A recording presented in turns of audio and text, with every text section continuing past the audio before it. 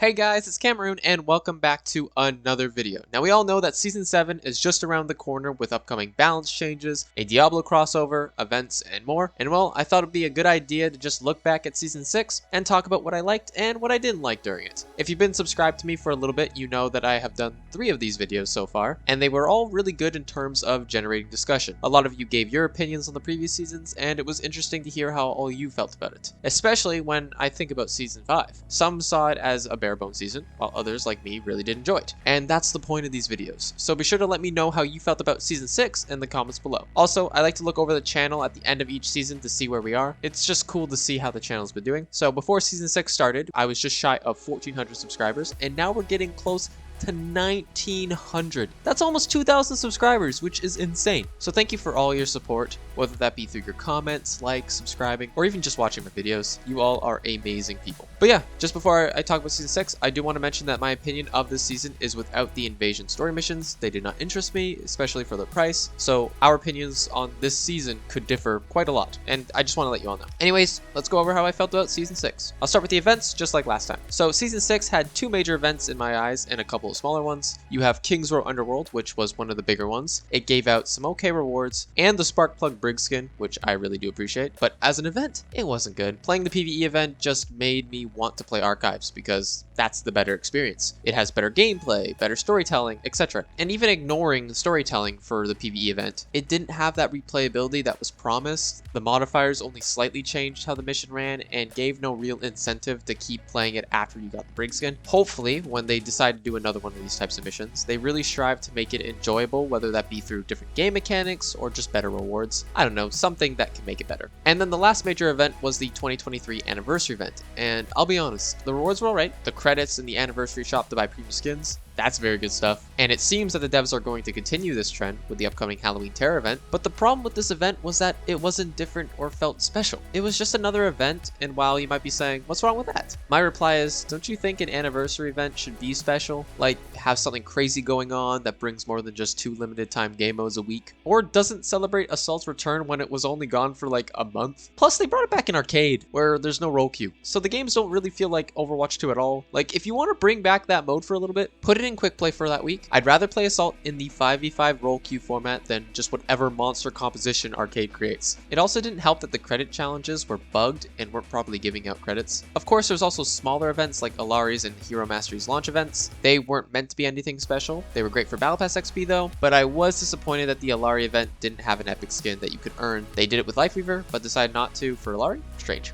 Overall, I'm leaning on the side that the events weren't that good this time around. They didn't really compel me to come back, even if they refreshed the challenges. Now let's talk about balance. Season 6 is an interesting one. I don't have many complaints about it this time around, which is weird. Overall, nothing is really broken in my opinion when it comes to hero balance. Of course, you'll have your outliers, like for me, I think Orisa should just be deleted at this point. She either becomes awful or literally the only viable tank when it comes to her balance. And I don't think that's healthy for the game. But like, I think all of the DPS heroes feel pretty good. Bastion could get some more tweaks, but I'm glad he received some of them relatively quickly already. Support heroes feel really good too. So like, yeah, the only 2 roles in the game feel great to play. It's not like Overwatch 2 has 3 hero roles in it or anything. Tank needs help. But overall, the balance for this season wasn't the worst we've had, and that's at least what the devs should aim for.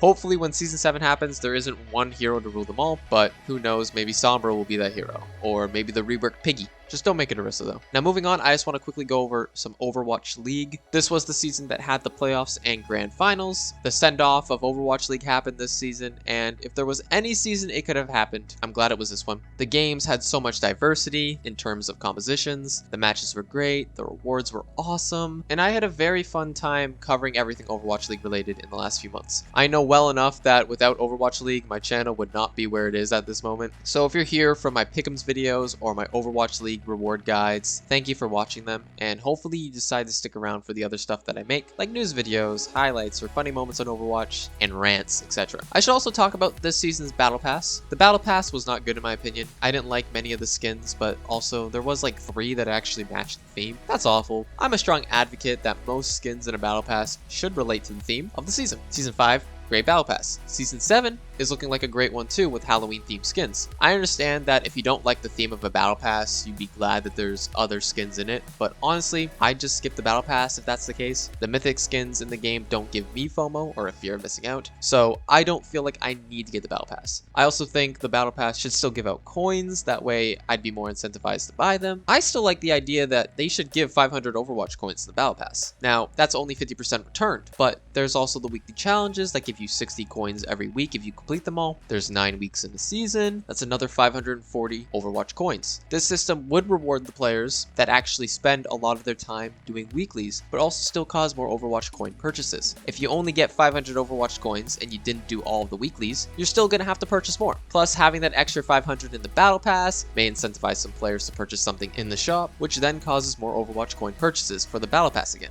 It feels awful to speak in this greedy money way, but I think this is a good compromise that would give the battle pass more value. Of course, in a perfect world, the battle pass would give back all 1,000 coins, but it doesn't, and that sucks. Now, those are the major points, and now moving on to some small things. Regarding my playtime, I think this season is probably my second least played season, just under season 4. I finished the battle pass 4 days before the season ends, compared to last season where I had it done before mid-season, so there is a massive difference to playtime. I just didn't play much. My main role isn't fun to play, as you all know, I do play tank, and I can only play so much DPS and support until I get bored. Plus, there were just other games that came out or that I was playing that are stealing my time, like Baldur's Gate 3. Game of the year, by the way. I highly recommend it. If you haven't played it, play it. That game is amazing. I just didn't have much fun playing this season. I know we rarely remember the good times that happen in games, but I'm almost sure of it that I had more worse moments this season than good ones. A good way to explain it is I had more fun with Overwatch outside of the game this season, like making videos on it, watching Overwatch League and Overwatch content creators, etc. Another thing to mention though is the new additions to this season, like Hero Mastery and Player Progression. Both great systems that I'm glad to have in the game now. You may find yourself losing time from Hero Mastery missions, honestly, and just seeing the numbers go up after every match through Player Progression is very nice. No complaints from me on those. And lastly, I can't talk about the season without mentioning the impact it had on my channel. We are getting closer and closer to 2,000 subscribers. The amount of comments have significantly increased. I'm still doing my best to reply to them all. The likes too. Just the engagement has been great, and I can't thank you all enough. But I do want to give a special thank you to the ones that actually ended up watching that Resident Evil 6 video I made. I know it was completely left field when it comes to what I make, and I expected it to do poorly, which it did, but that's fine. So to anyone who did like it and or watch it, thank you. That's a special thank you, by the way. Of course, thank you all again for the likes, comments, watching my videos, and just everything else you all do for the channel. Even when I find myself in a season I may not enjoy,